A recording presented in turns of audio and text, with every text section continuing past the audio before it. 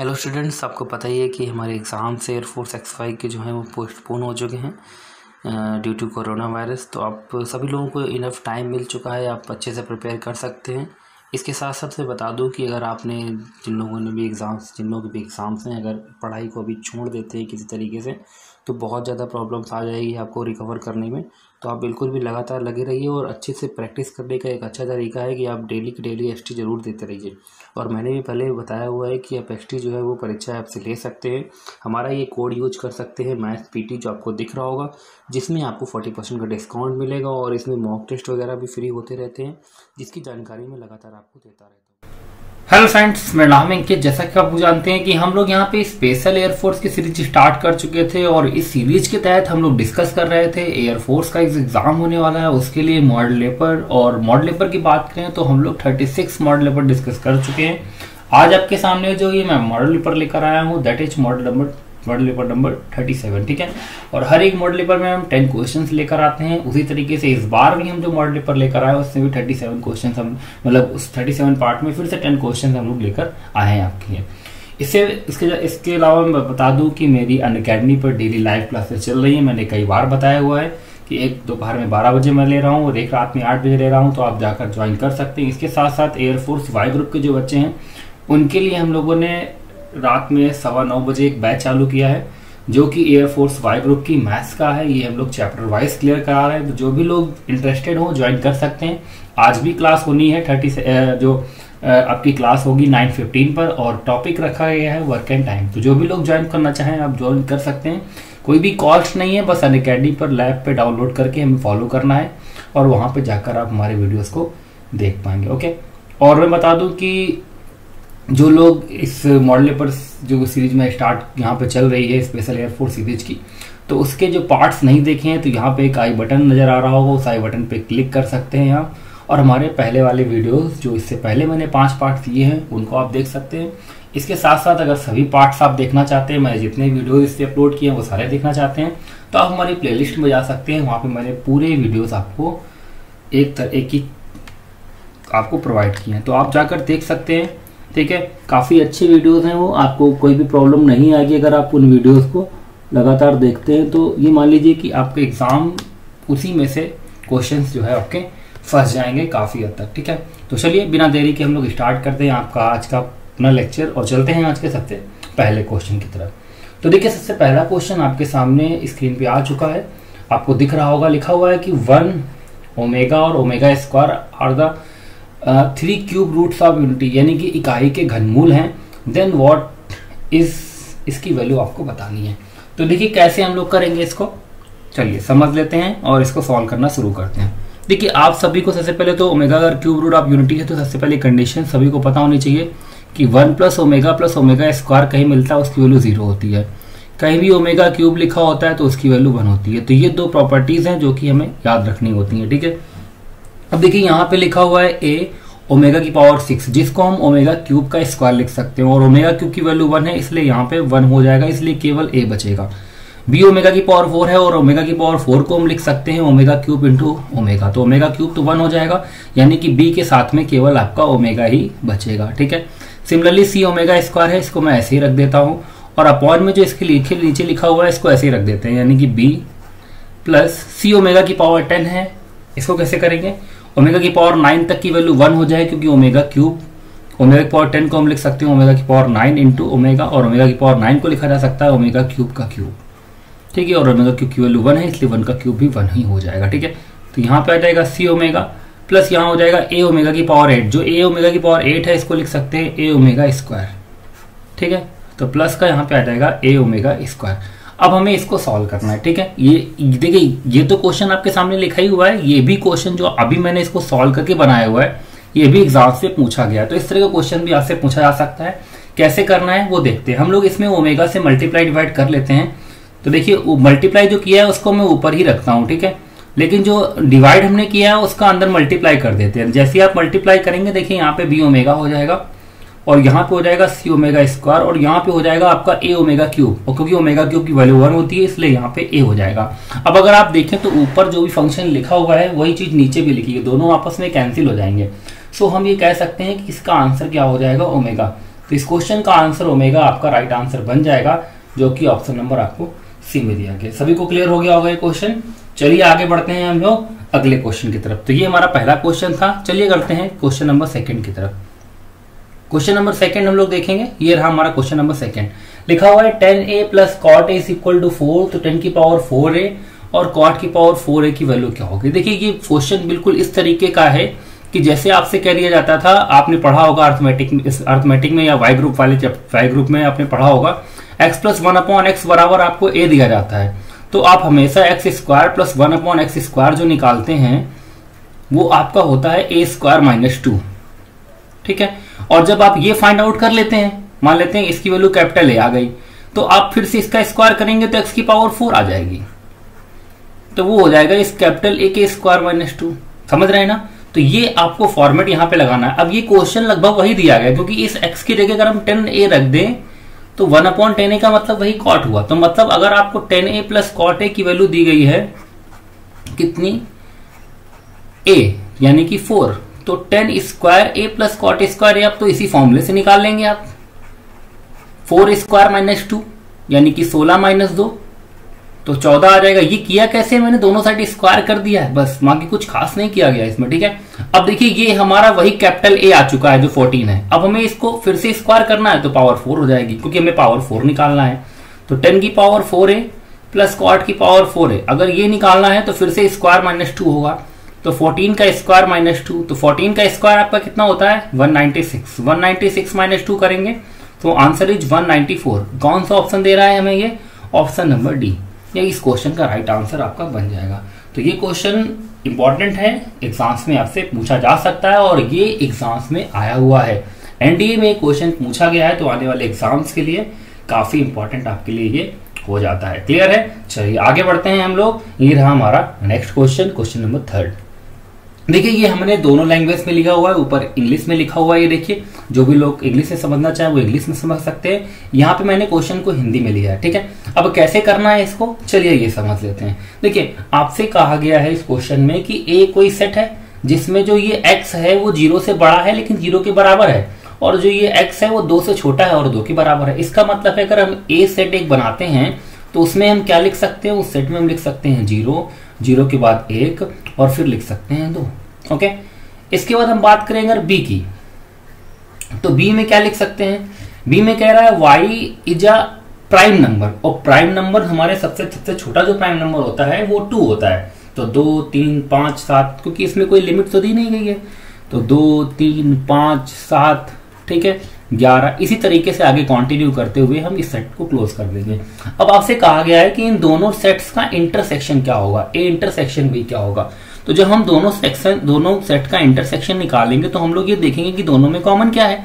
तो आप देखिए दोनों में कॉमन तो आपको केवल 2 ही मिल रहा है ना, तो आप क्या लिखेंगे आंसर, ऑप्शन आप ये लिखेंगे। ठीक है, लेकिन बहुत लोग यहाँ पे गलतियां क्या कर देंगे, हो सकता है बहुत लोग यहाँ पे ऑप्शन नंबर डी लगा दे 1,2, क्योंकि वो ये मान लेंगे कि प्राइम नंबर 1 होता है। लेकिन मैं आपको बता दूं कि प्राइम नंबर जो होते हैं वो 2 से स्टार्ट होते हैं। अगर आपसे पूछा जाए कि सबसे छोटा प्राइम नंबर क्या है, तो सबसे छोटा प्राइम नंबर जो होता है वो 2 होता है, और वो एक इवन भी होता है, क्योंकि इसके बाद ऐसा कोई भी नंबर नहीं आएगा जो कि आपका प्राइम भी होगा और उसके साथ साथ इवन भी होगा। क्लियर है।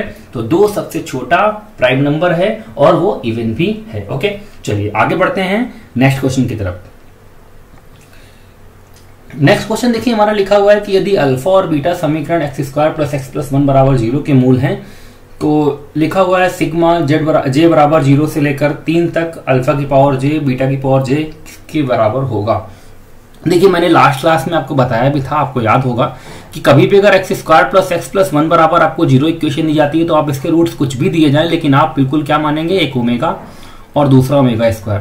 या इसके लिए एक और कंडीशन बताई थी, अगर x² - x + 1 बराबर 0 होता है तो फिर आप 2 रूट्स क्या लेंगे, तो आप एक रूट लेंगे माइनस का ओमेगा और दूसरा लेंगे माइनस का ओमेगा²। लेकिन अगर आपको इक्वेशन ये दी जाती है तो आप ये इसके रूट्स लेंगे। तो आपके सामने इक्वेशन यही है। ठीक है, तो आप देखिए कह रहा है इसके मूल अल्फा और बीटा है, लेकिन हम अल्फा और बीटा मानेंगे ही नहीं, हम तो ओमेगा और ओमेगा² मानेंगे।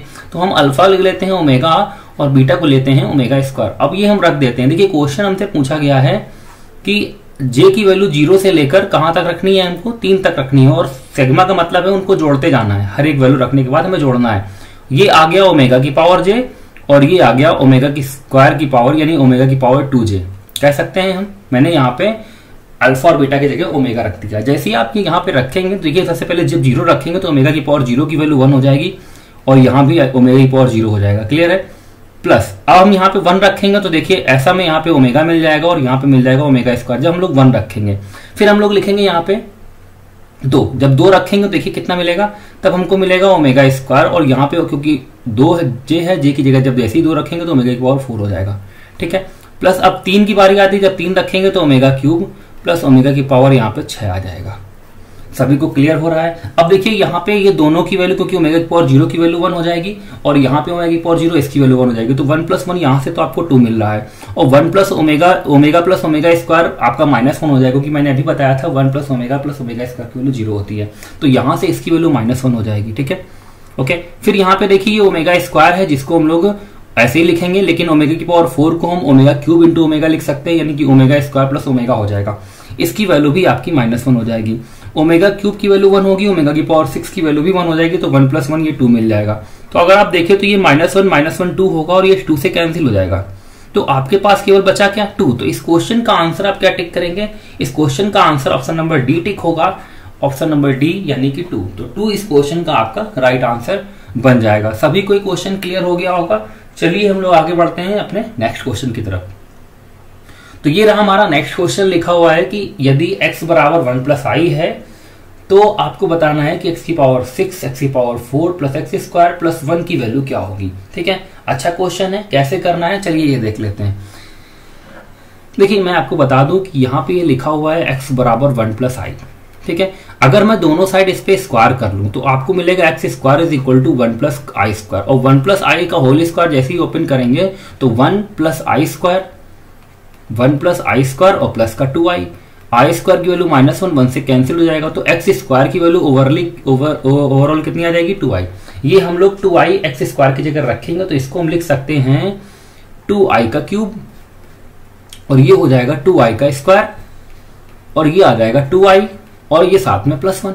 2i का क्यूब करेंगे तो 2 का क्यूब तो 8 हो जाएगा, लेकिन i का क्यूब -i तो वो माइनस का बाहर आ जाएगा, यानी कि माइनस का 8i। फिर हम यहाँ पे रखेंगे तो ये माइनस का 4 हो जाएगा, क्योंकि आई स्क्वायर -1 होगा और 2 4 होगा तो माइनस का 4 आ जाएगा। ठीक है। और ये प्लस का 2i है और ये आपका प्लस का 1।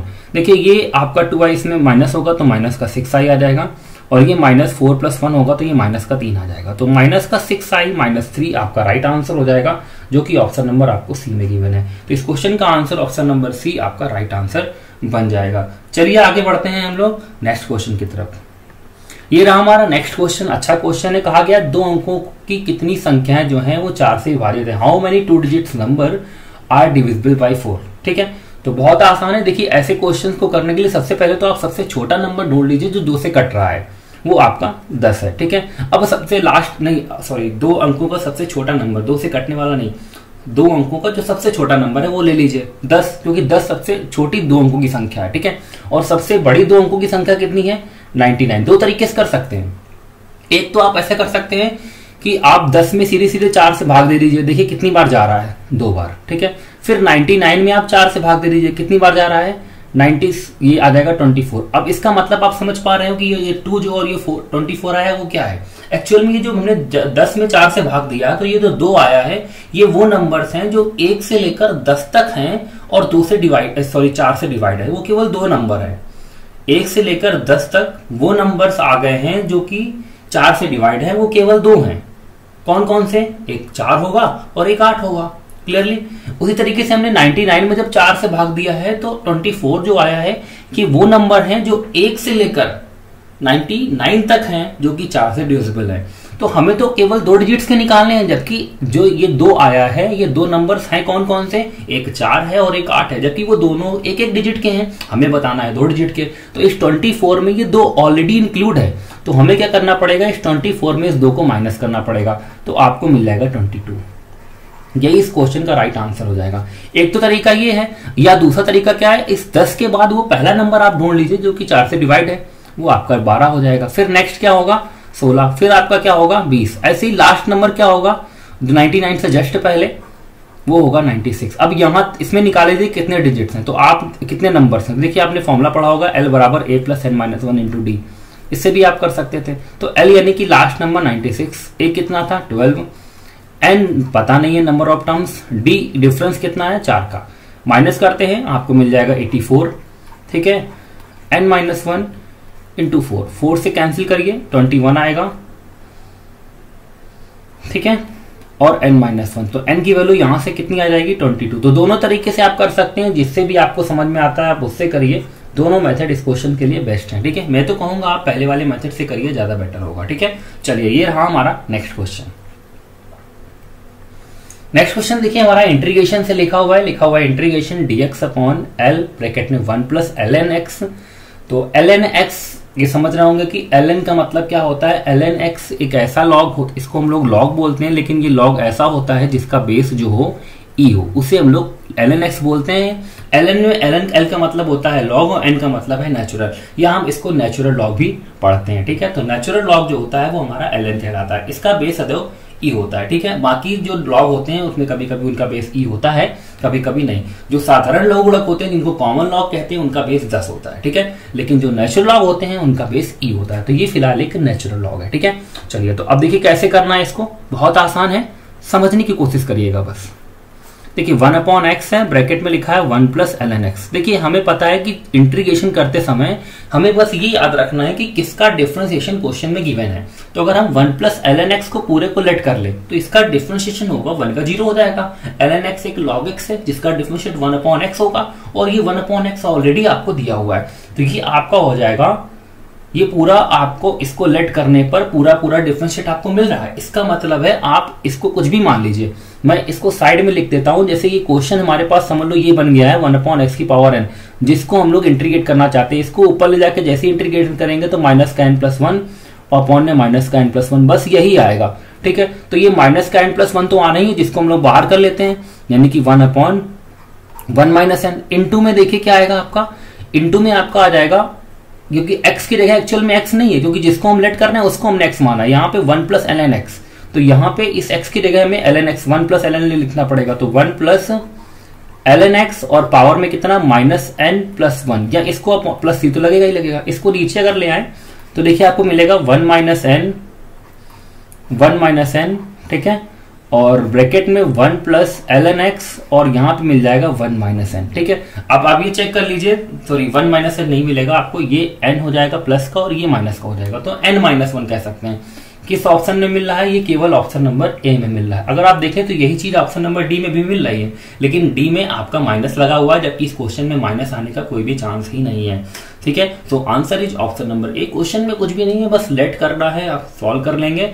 बहुत अच्छा क्वेश्चन था, इंपॉर्टेंट है, एग्जाम्स में पूछा गया है। ये रहा हमारा नेक्स्ट क्वेश्चन। देखिए नेक्स्ट क्वेश्चन हमारा लिखा है कि दो पासे एक साथ फेंके जाते हैं, इस बात की प्रायिकता ज्ञात करें कि उन पर प्रकट होने वाली संख्याओं का योगफल एक अभाज्य संख्या हो, ठीक है। ऊपर मैंने इंग्लिश में भी लिखा है, जिन लोगों को प्रॉब्लम है आप इंग्लिश में भी पढ़ सकते हैं, ठीक है। 2 dice are throw simultaneously, how what is the probability that the sum of the numbers appearing on them is a prime number, ठीक है। तो देखिए हमें पता है कि जब हम दो पासों को एक साथ फेंकते हैं तो ऊपर जो मिनिमम योगफल आता है वो 2 होता है, ठीक है। मैक्सिमम जो आता है वो 12 हो सकता है, क्योंकि 2 तब आ सकता है जब पासे पर दोनों पर एक एक आया हो, और 12 हमारा तब आ सकता है जब दोनों पासों में से हर एक पर 6 आया हो, तो ठीक है। ओके, तो हमें बताना है कि ऊपर जो अंकों का योग है वो एक प्राइम नंबर हो। तो प्राइम नंबर कौन कौन हो सकते हैं, हमें 2 से 12 तक निकालने हैं। तो 2, एक तो सबसे पहले 2 प्राइम नंबर हो, अभी मैंने बताया था। इसके बाद आपका 3 होगा, फिर आपका कौन होगा, इसके बाद होगा 5, इसके बाद कौन सा होगा 7, और इसके बाद आपका 11। तो ये प्राइम नंबर्स हैं 5, ठीक है। 2, 3, 5, 7, 11 ये हमारे प्राइम नंबर्स हैं। बस आपको ये पता करना है कि 2 कितनी बार आता है। तो आपको पता होना चाहिए 2 हमारा केवल एक बार आता है, जब दोनों पासों पर एक एक आए। 3 हमारा 2 बार आता है, कब कब आ सकता है ये, 2 1 पर आ सकता है, 1 2 पे आ सकता है। 5 हमारा 4 बार आता है, कब कब, 2 3, 3 2, 1 4, 4 1। 7 कब आता है, 7 हमारा 6 बार आता है। आप चेक कर सकते हैं, 4 3, 3 4, 5 2, 2 5, 6 1, 1 6, ठीक है। तो 6 बार आता है, और 11 हमारा केवल 2 बार आता है, कब कब, 6 5 और 5 6 पर। तो टोटल कंडीशंस कितनी बन रही है, 1 + 2 3 + 4 7 और +6 13 और 13 प्लस 2 15। तो एनी जो है वो हमारे इस क्वेश्चन का 15 बन रहा है, जबकि ns दो पासों को फेंकने पर होता है 6 का स्क्वायर, क्योंकि 6 की पावर n फॉर्मूला ही होता है। अगर एक बार फेंका गया तो n की जगह 1, दो बार फेंका गया तो n की जगह 2। ठीक है, अब हमें निकालनी प्रोबेबिलिटी, तो probability P is equal to n e upon ns।